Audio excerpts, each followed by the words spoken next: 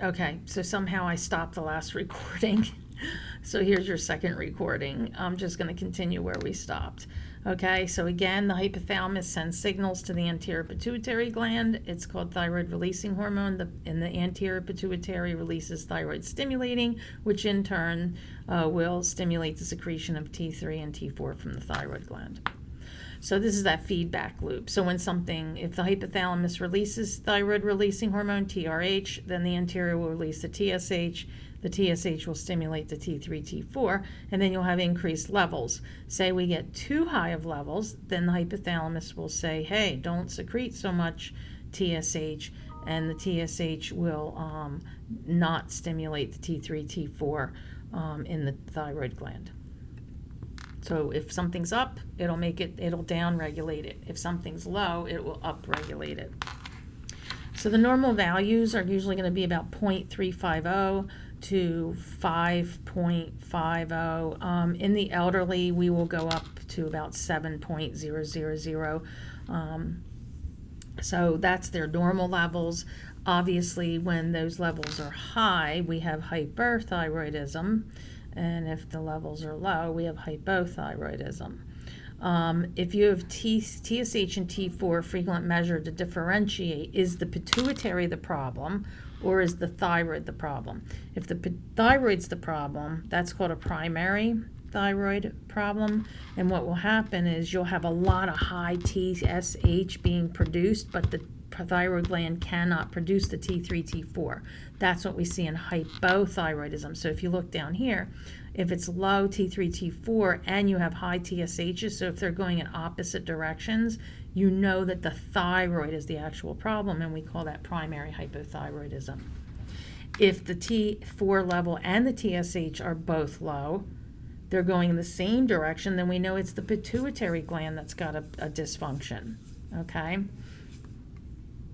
So that's how we measure. So remember, we measure a TSH first. It should be between 0.350 and 5.500. And if it's high, if the TSH is high, then we have some form of either hypothyroidism, which would be primary in the organ because they would be going in the opposite direction. If we have a high TSH and a high T4, then we know that's a pituitary problem. So thyroid stimulating hormone, here you go. So so we have here, it can turn it off, right? So T4 can turn, if it's, okay, so this is normal, right? It's normal regulatory, but say you have a low TSH.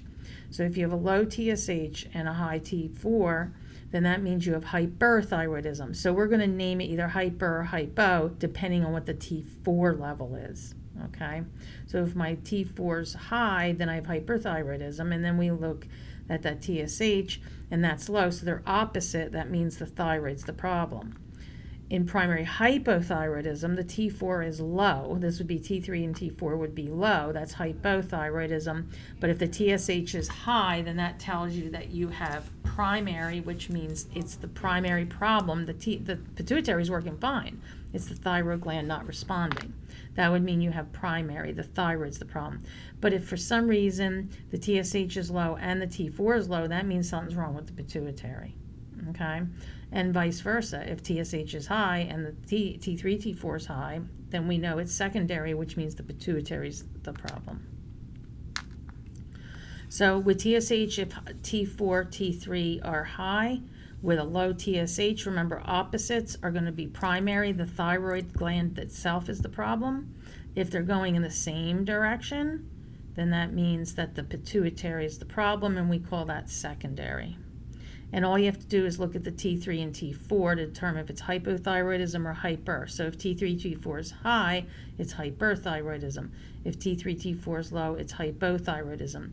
You don't call it hyper or hypo based on the TSH alone. Okay, so you do the TSH, if it's out of whack, let's do the T3, T4, and then you can see if the arrows are going the same way or the opposite, and you'll determine the diagnosis by looking at the T3 and T4. So if T3, T4 is high, hyperthyroidism.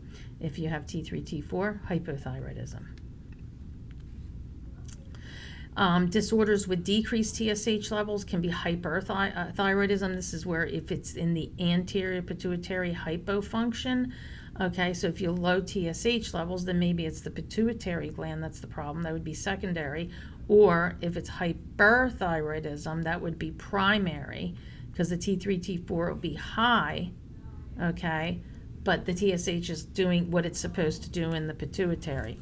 This is what we call as exophthalmos. This is EXOPTHALAMUS, exophthalmos. It looks like, because what's happening, because we have low TSH, and if it's primary hyperthyroidism, so we're making too much T3, T4, those will deposit in the fatty areas behind the eyes and make them protrude, and it can be dangerous because they can't blink, they can't close their eyes all the way, and they can get corneal ulcers from that because they can't blink. So there are medications out now for that. You can have hypothyroidism, think of the opposite, because the pituitary is the problem. So if I have a low TSH and a low T3, T4, then I know I have secondary hypothyroidism. It's kind of rare. The most common is going to be hypothyroidism, truly from the thyroid. Okay. Inadequate secretion. Also, drugs such as aspirin, dopamine, and steroids can also cause low TSH levels. When TSH is very low, we can send out some testing to see if maybe they have, a more serious problem. So increased TSH levels. So think of it, the thyroid, primary hypothyroidism. For some reason, the thyroid gland isn't making the hormone. Well, the pituitary is still doing okay, so it'll keep stimulating this thyroid. But the thyroid's like, I can't do it. I can't make the T3, T4. But the TSH is slamming it, and we get what's called a goiter. Okay, so primary hypothyroidism, which means the thyroid gland's not making enough T3, T4, but the pituitary is making a lot of TSH trying to get the thyroid to make T3, T4. That's called Hashimoto's hypothyroidism. It is an autoimmune disease. Okay, it is the most common that we see. That poor dog over here, that's what happens. They gain weight, they're tired, their cholesterol goes up. And then the drugs also that can cause this is lithium and potassium iodide. But antithyroid therapy, so they can use drugs like methimazole. You can use certain drugs to so.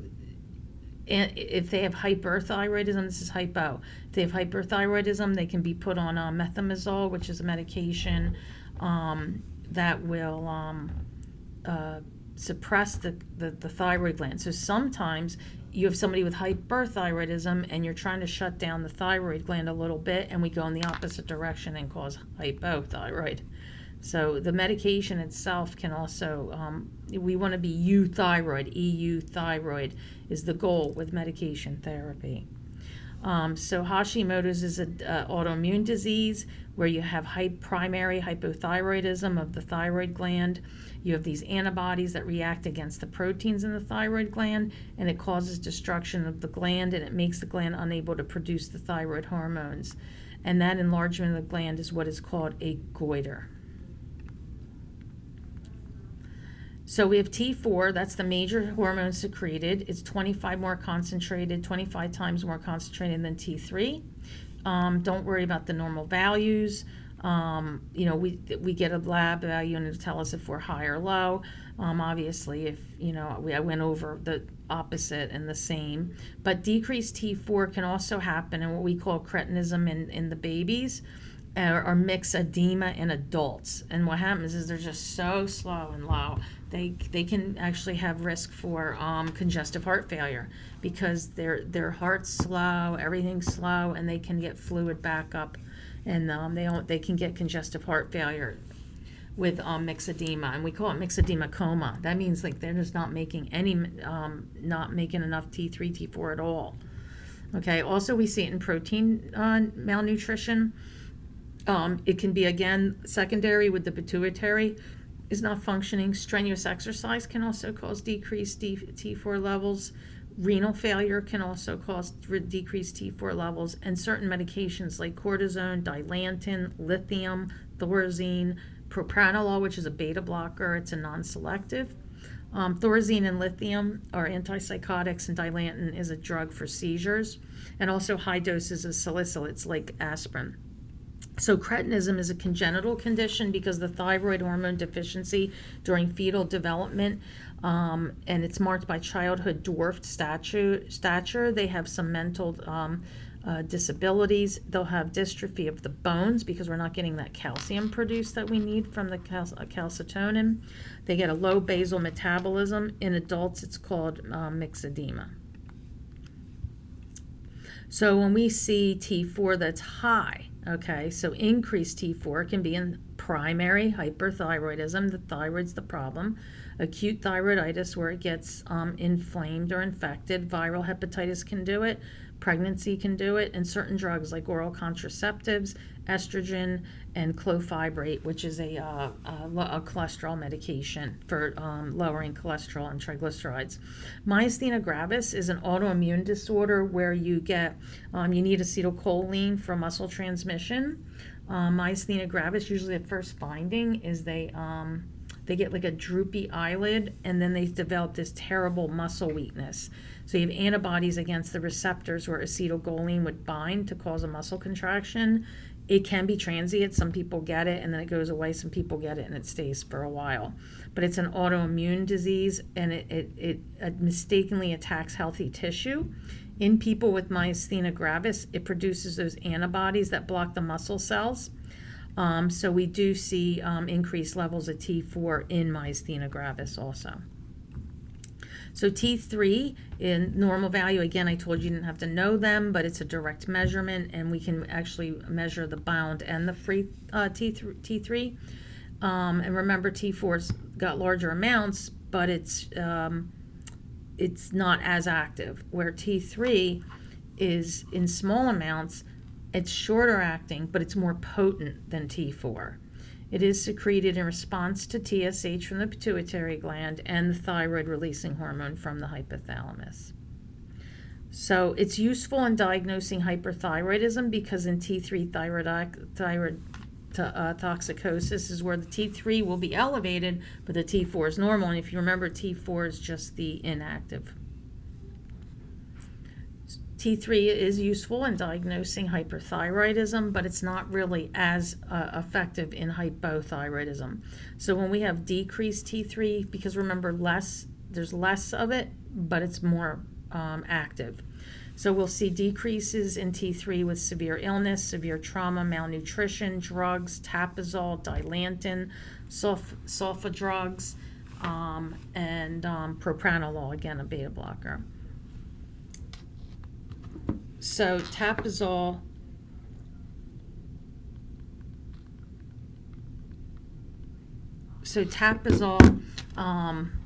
we use in hyperthyroidism, and also Dilantin is for seizures. Sulfonamides are drugs with sulfa in them, like antibiotics. Some diuretics, and propranolol is your non-selective beta blocker. So tapazole inhibits the synthesis of thyroid hormones, so it is effective in treating hyperthyroidism. The drug does not inactivate the existing thyroxine that are stored or circulating, and nor does it interfere with the effectiveness of thyroid hormones if you're getting them in replacement therapy. Increased T3 can happen in hyperthyroidism, thyroid toxicosis, toxic adenoma, Hashimoto's thyroiditis, and drugs like estrogen, progesterone, and methadone.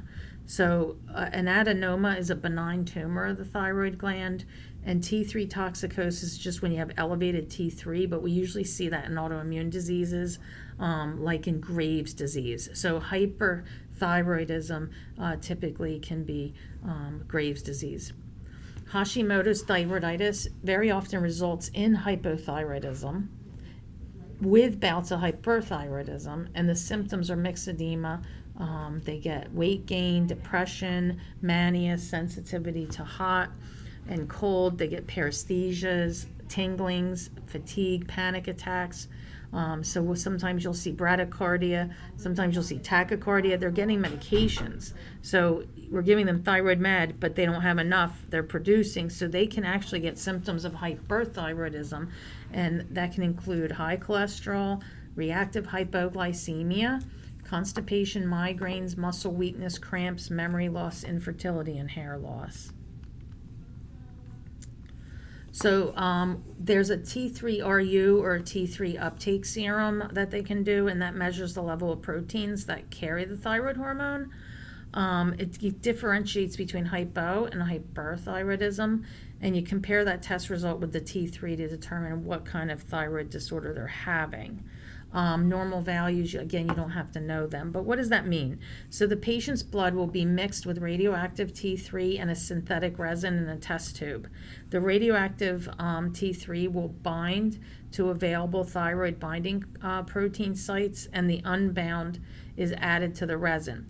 So with hyperthyroidism, there's going to be fewer sites that are going to be left because there's more T3 uptake, right? Causing a high T3 uptake. But with hypo, you're going to have a lot more sites available, so you'll have less T3 taken up and a lower T3. I'm not going to get too crazy with this T3 resin uptake when I ask you questions, so don't go crazy.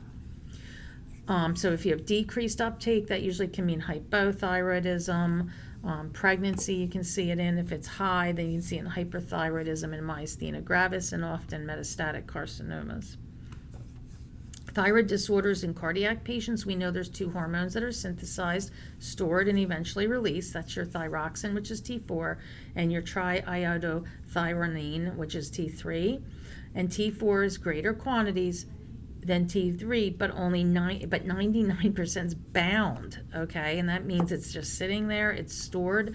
We actually have enough thyroid hormone to hold us for about 4 to 6 months sitting there in the thyroid gland. T3 is less bound and is 3 to 4 times more potent than T4.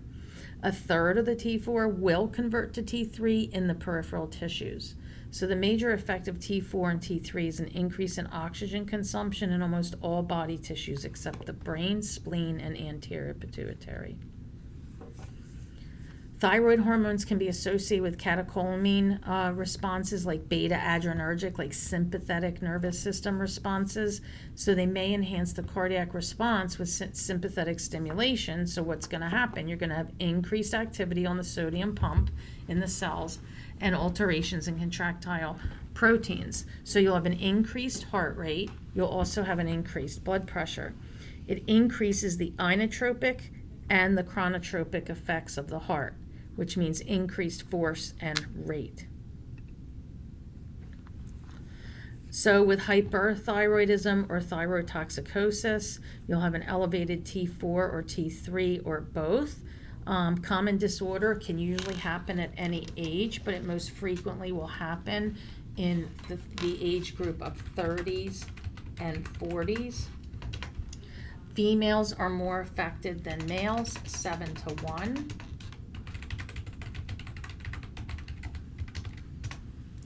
And it's the most common is Graves' disease, which is an autoimmune disorder. So hyperthyroid, I always think hyper people go to the grave. Okay. Cardiac manifestations can increase metabolism.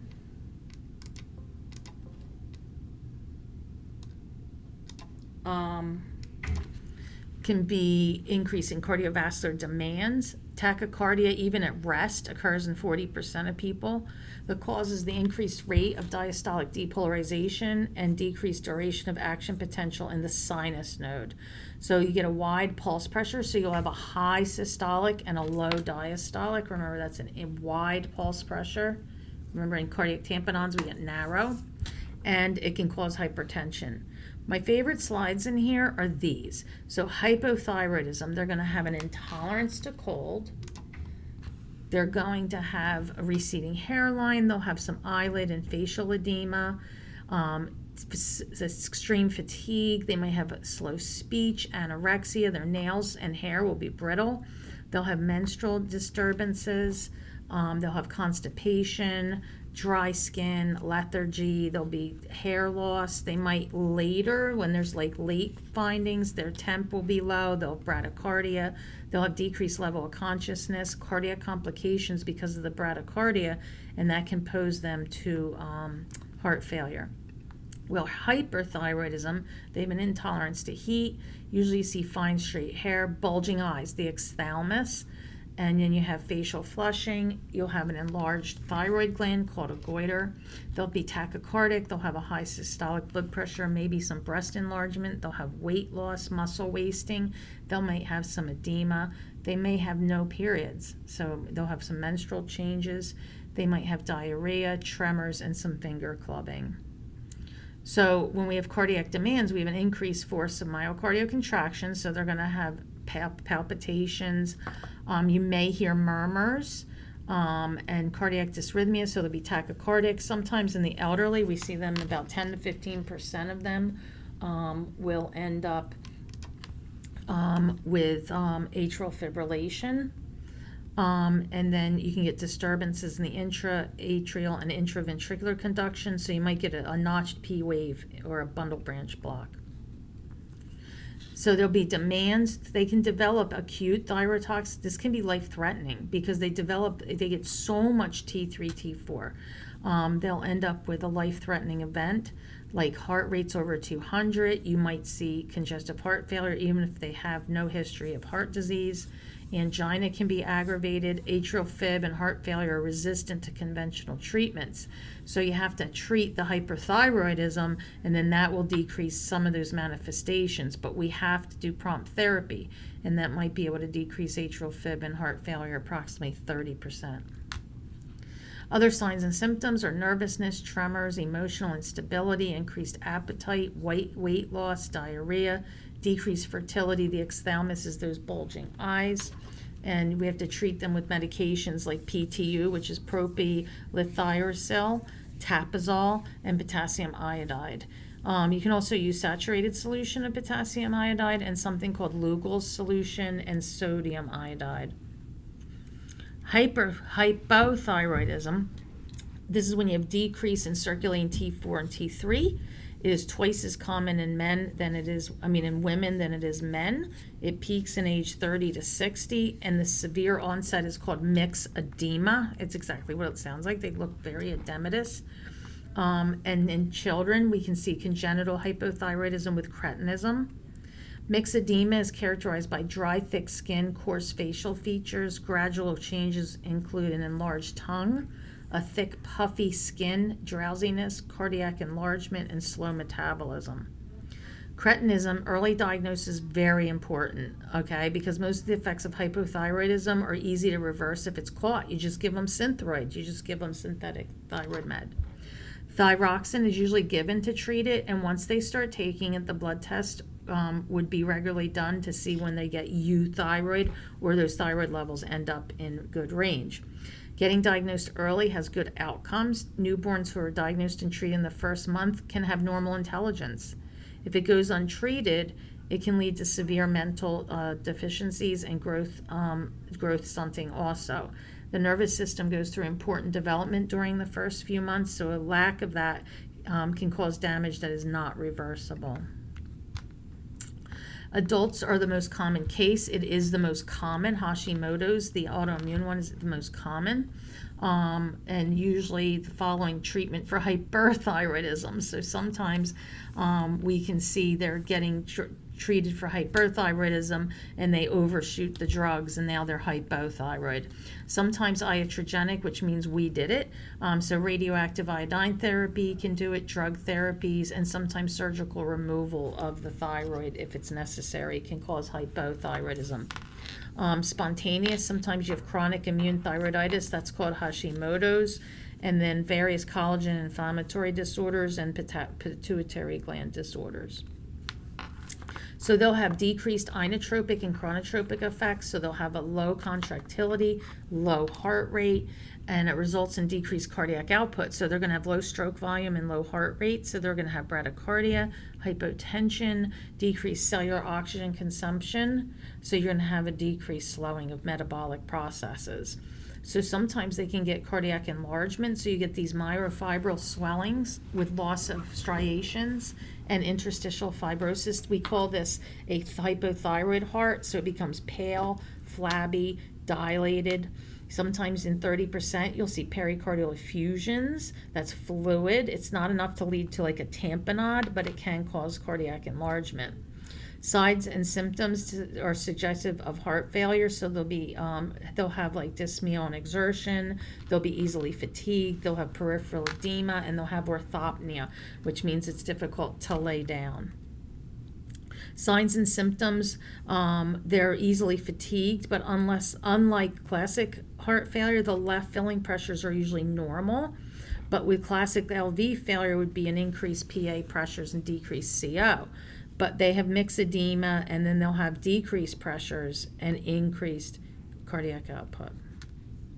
So the EKG may show prolonged QT and PR intervals because they're bradycardic, low P waves and low QRS amplitudes. They may have flattened or inverted T waves. On an echocardiogram, you might see high frequency of asymmetric septal hypertrophy, and you may see some cardiomegaly or enlarged heart on chest x-rays. And they'll also show high CK enzyme, LD, and liver enzymes. So mixed edema coma is a progressive failure of metabolic that leads to impaired function of the heart, the kidneys, and the liver. And it predisposes them to the development of coronary atherosclerosis because they get hypercholesterolemia, and then they can develop hypertension. So the treatment's going to be what we call levothyroxine, or Synthroid is the medication. It's just thyroid hormone replacement. So it will alter the heart's responsiveness to cardiac glycosides such as digitalis, and it can render it ineffective. And too rapid replacement of thyroid can lead to angina and a heart attack in elderly patients if they have underlying heart diseases. So when we treat this, the thyroid, I told you, is slow. It sticks around a long time, so you can't even adjust their meds for about 6 weeks. Okay, so that's that for that. So next week you're going to have the lab diagnostic test. So I'm just going to go over some of the things you should know for that. You should know your normal values of sodium, know what would be considered hyponatremia, what can cause hyponatremia, how do you treat hyponatremia? Does water replacement help it or make it worse? Know what hypernatremia is. What are the signs and symptoms? Remember we said that mostly it's neurologic because there's fluid shifts on the brain cells. Know your normal potassium level. Know things that can cause hypokalemia or low potassium. Can it cause arrhythmias? What do we worry about with potassium? Know what BUN is.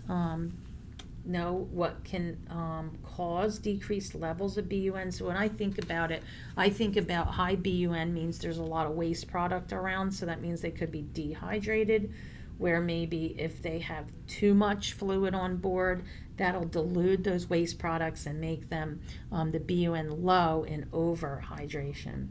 Know the normal level of creatinine. If you recall, I told you it was about 0.8 to 1.4. And what does it mean when the creatinine is high? What does that tell you? Now you need to know some diabetic stuff. So glucose, know the hormones that are produced in the pancreas, okay, the alpha and the beta cells, what do they produce? Know what insulin's function is in regards to glucose getting into the cells. Know what glucagon does. What does glucagon do? What is the normal values of serum glucose in a fasting patient? What would be considered a critical low? Where would you say, wow, we better feed this patient or give them some glucose or D5? What are causes of hypoglycemia? What are signs and symptoms of hypoglycemia? Know the 3 Ps that we see in diabetes and hyperglycemia. know what the test is that we do that's most specific, the hemoglobin A1C. How many months can that detect blood sugar control? Know who stores glucose and how do they store it. Then we're going to know liver. You need to understand the normal levels of ALT, know the normal levels of AST, and what color tube do we draw our liver enzymes in. So the thyroid lecture is on exam 4. So just on exam 3, we're covering fluid and electrolytes, kidney function tests, glucose, and liver. Okay, that's it.